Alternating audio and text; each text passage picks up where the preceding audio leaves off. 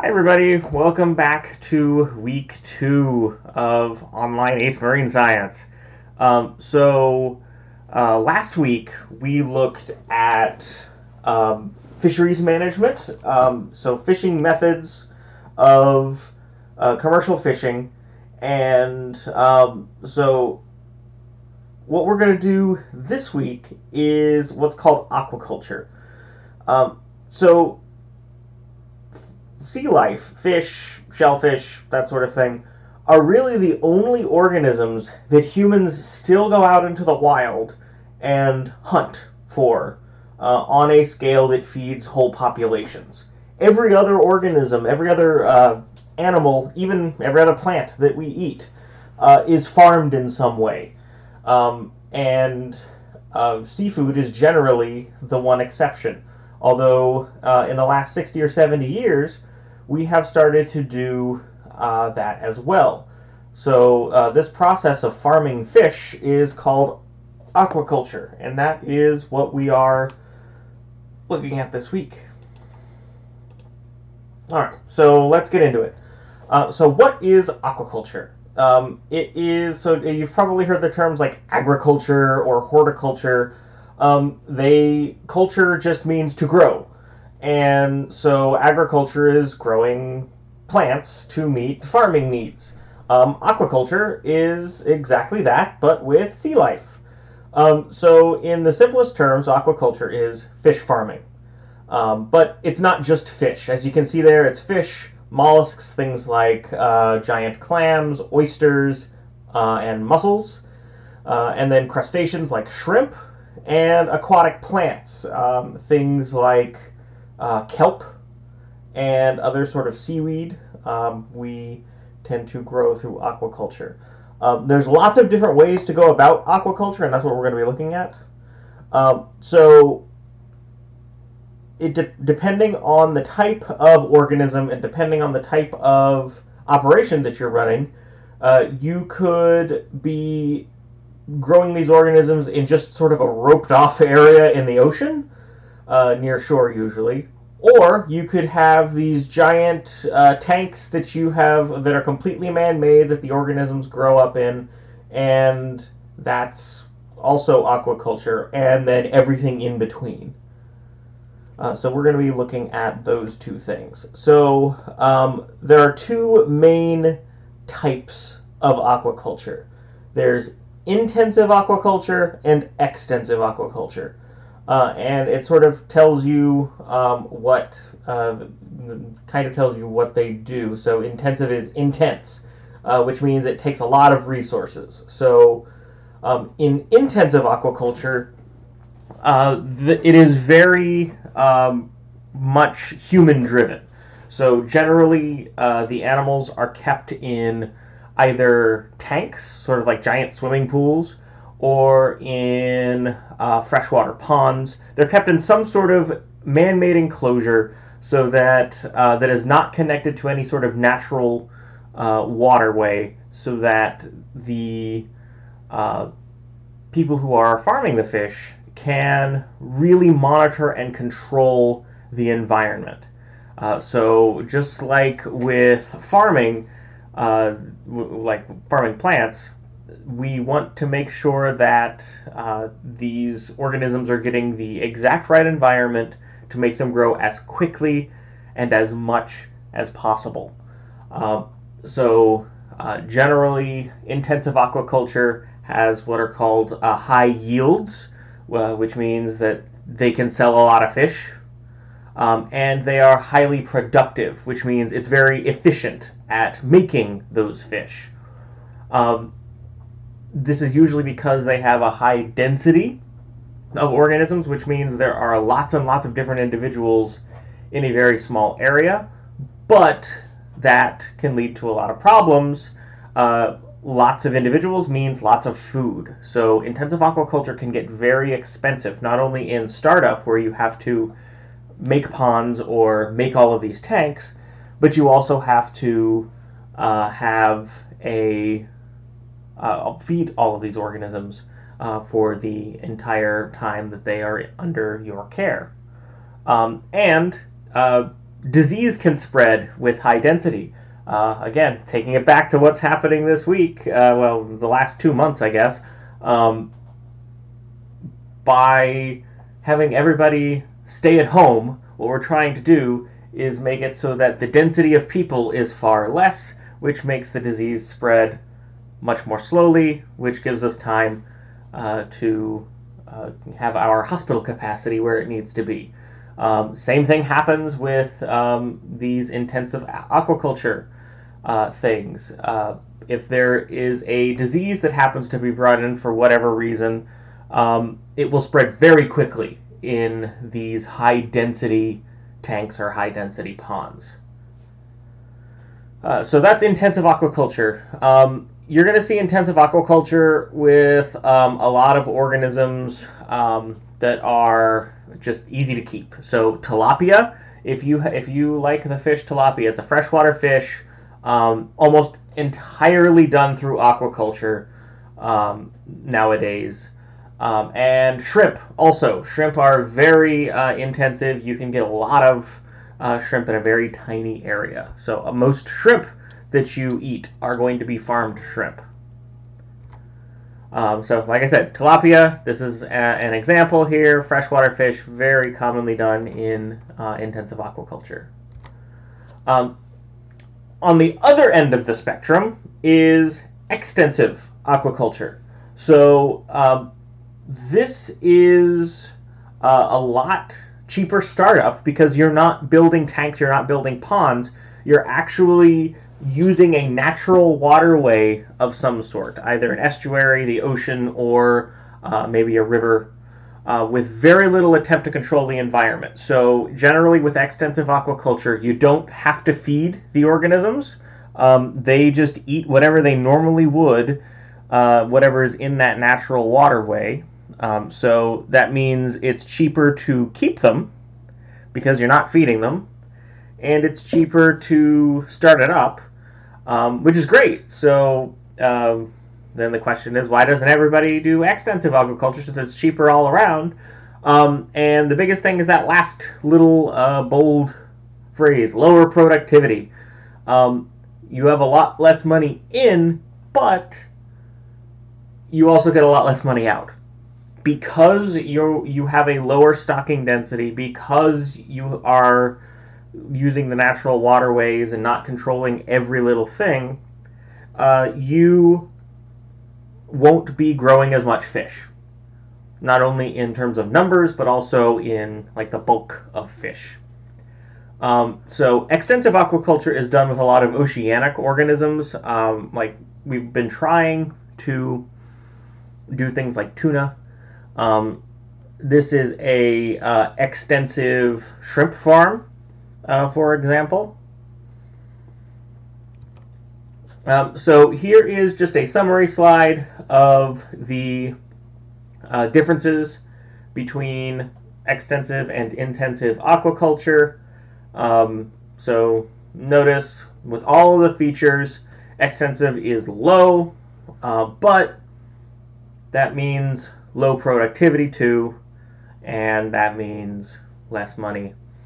It all evens out, and again, you will want to do extensive or intensive aquaculture not necessarily by what an individual group would want, but it's actually going to be dictated by the organisms that you're trying to grow. So we're going to go through a few model organisms. So specifically organisms that Cambridge wants you to know about, and the aquaculture that goes on with each of them.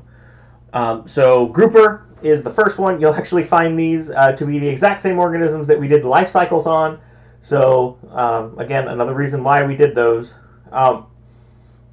So groupers are farmed in Southeast Asia, so that's Vietnam, Thailand, and everywhere in that southeastern part of Asia, so south of China.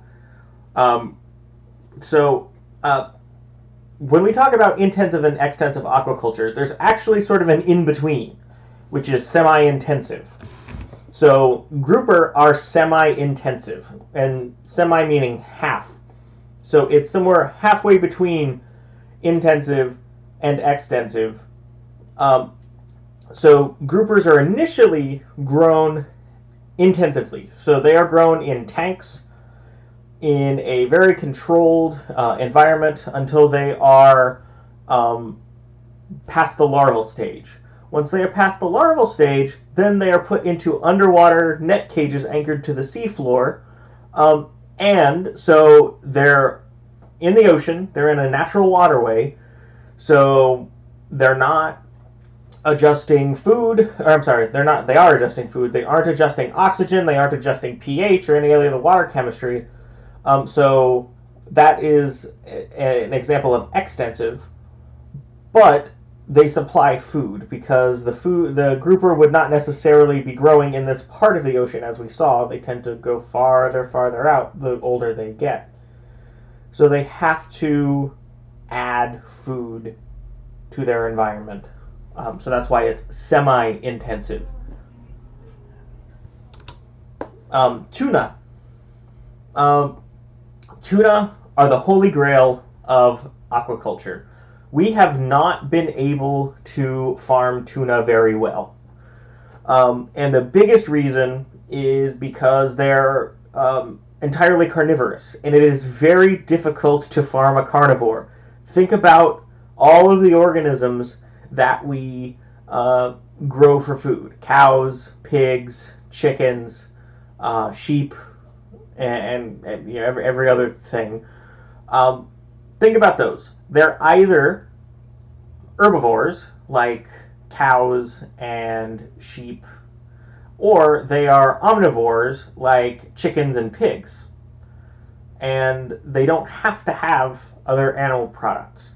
So we are able to feed cows, pigs, chickens, sheep entirely vegetarian diets, and that makes it much easier to farm them because plant-based stuff is less energy intensive. It's one of the reasons why you should eat a plant-based diet.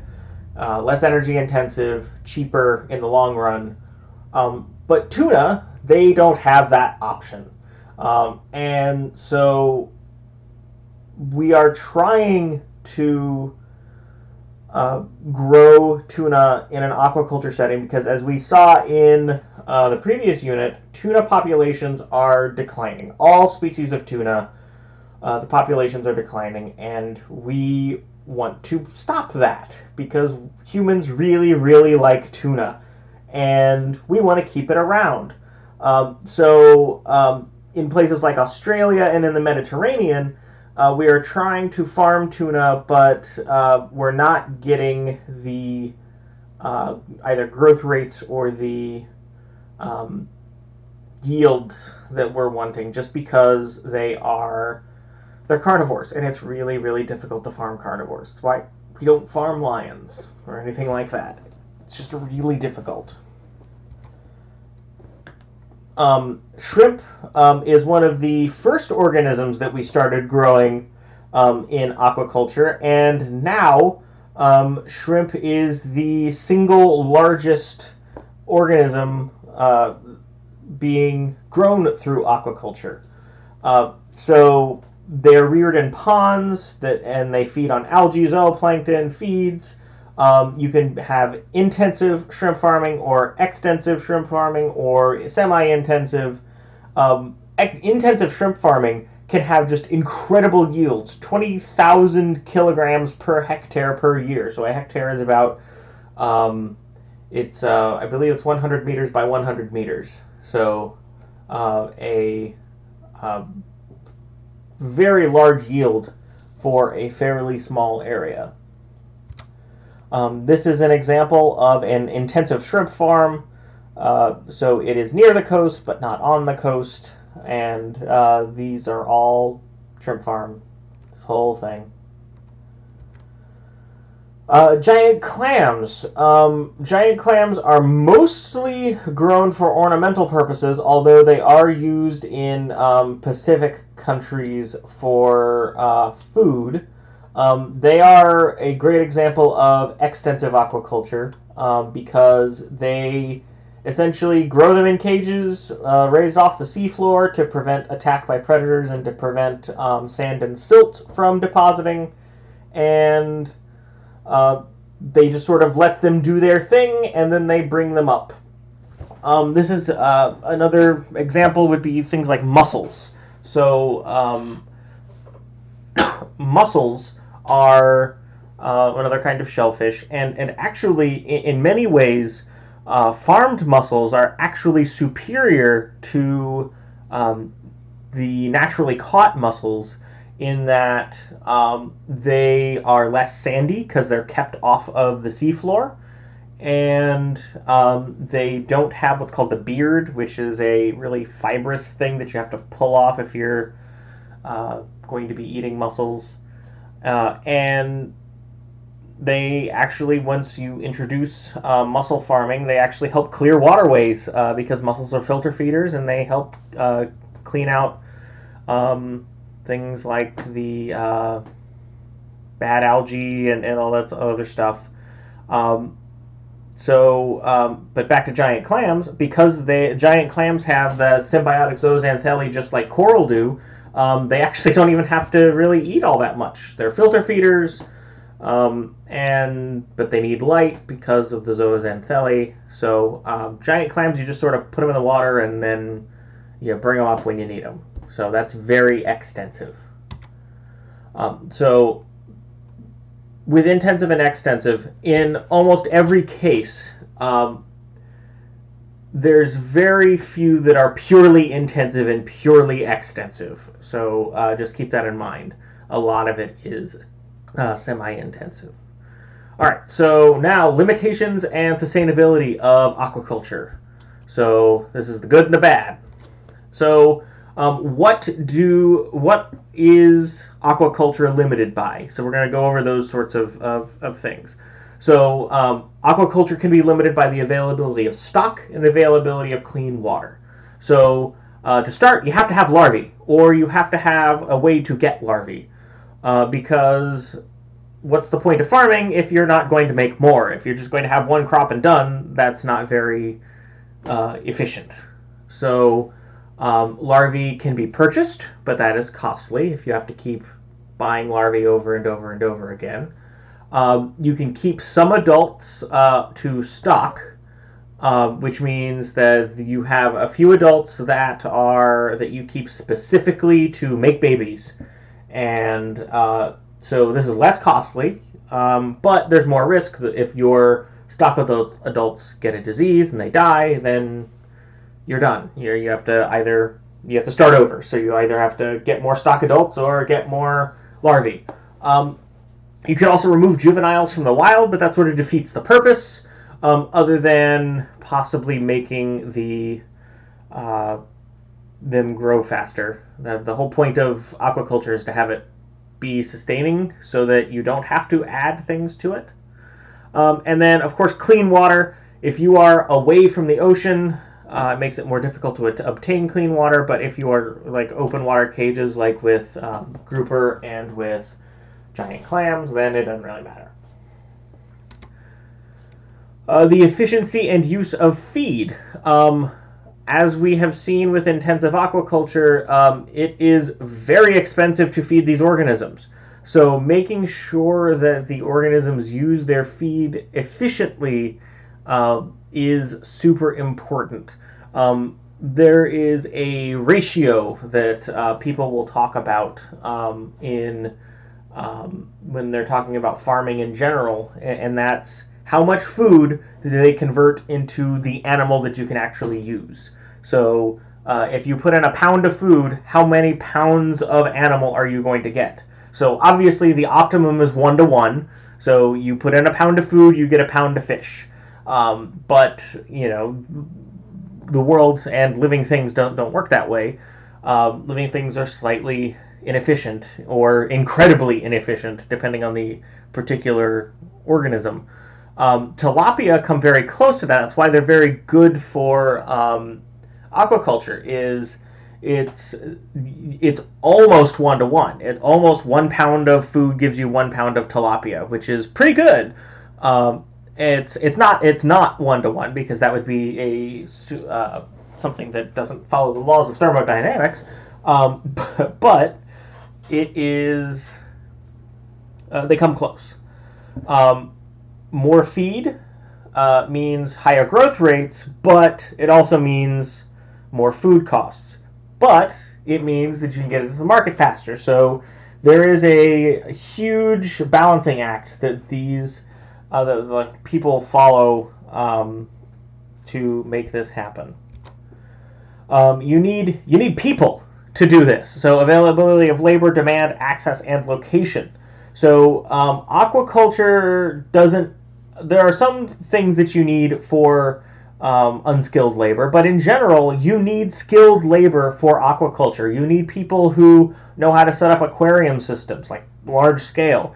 You need people who know fish biology. You need people who know plumbing. You need people who know electricity. So there are lots of skilled labor jobs in aquaculture, things that you may not think of. There's science for sure, but there's also all of the technical work.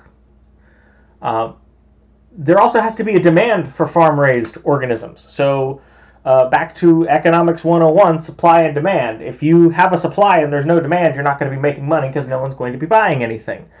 So people have to want to buy farmed organisms.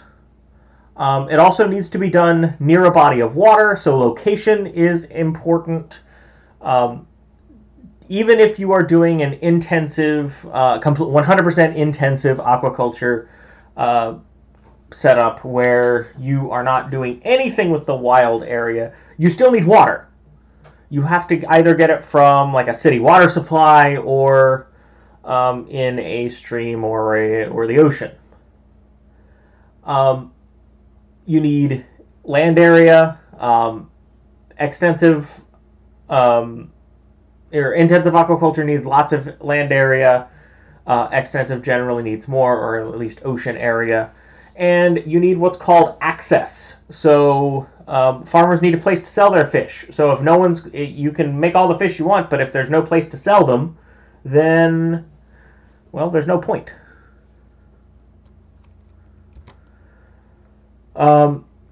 Disease management. So, like we said, in intensive aquaculture operations, these fish are generally packed very densely, and density allows the fish to spread any diseases that might come through really quickly. So there's bacteria in the air, there's bacteria, there are viruses in the air, as we are well aware. They can just randomly pop in sometimes, and if you infect one fish or one shrimp, boom, you are pretty much the whole pond is taken care of. And so you can spend money on antibiotics if it's a bacterial infection to help keep some of these diseases away, which is a good thing. But you have all this. It's a good thing that you can do something about it, but now you're spending money on antibiotics, and people don't generally like to have that in their food. But if the organisms are sick, then it's probably for the best. So it's one of those crazy things. The positive impacts of aquaculture. So increased employment. So you need not just for the aquaculture venture, but also for things that surround it. So you'll need truck drivers to bring in supplies. You'll need people to build your aquaculture facilities. If you have employees moving to the area, then grocery stores and restaurants are going to see an increase in business because there's more people. Retail work will increase because there's more people in the area. Also, more money from taxes for local governments. So things like roads and bridges and public buildings, libraries, housing, schools, medical services, all that can arise from aquaculture. In addition, so that this is just socially, for the fish, if we are farming the fish, we're not taking the wild versions of these organisms. So, and that's why we want to harvest tuna, or we want to do aquaculture with tuna. If we can farm tuna, then we don't have to fish for tuna, which allows the natural populations to increase. Negative impacts. As we've talked about this a lot throughout this year, but destruction of mangrove forests for things like prawn and shrimp farms near a coastline can increase erosion. And as we kept talking about with the 2004 Indian Ocean tsunami, the areas in Sri Lanka and India that did not have aquaculture of shrimp, they had their native mangrove forests, they fared a whole lot better because the mangroves absorbed the wave action. So they did a whole lot better, and areas that had these farms were completely destroyed. Eutrophication. So this is increased nutrient buildup in the natural waterways. You can get things like algae blooms, which can lead to reduced oxygen. And then if there is a local traditional fishing activity, then this may compete with that. So if there is some sort of traditional fishing culture in the area and this new aquaculture venture moves in and is growing the same thing for cheaper and more, then this may have an impact on the traditional fishing activities. And then a lot of times we are farming species that are not native to the area, and they do escape for various reasons. If they are outside tanks, like you saw in the video, then a bird just might pop down, grab one, drop it into a natural waterway, and then you get stuff like that. So those are the negative impacts. And how do we mitigate it? Well, with the socioeconomic stuff, there is the biggest thing is to have local groups have a say in when a new aquaculture venture comes to town. They at least have some sort of input, and their input is taken seriously. Recycling water in intensive tanks to filter and remove waste. This can reduce water usage and reduce the need for taking water from the local area. You can vaccinate fish. Yes, there are fish vaccinations, and yes, sometimes they are done through needles. Sometimes they are done through oral vaccinations, kind of like the modern polio vaccine for that we go through poorer areas. It's usually an oral vaccine.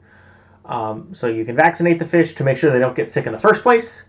And if they do get sick, you can have individual ponds set up so that only a single pond is affected, not the entire operation.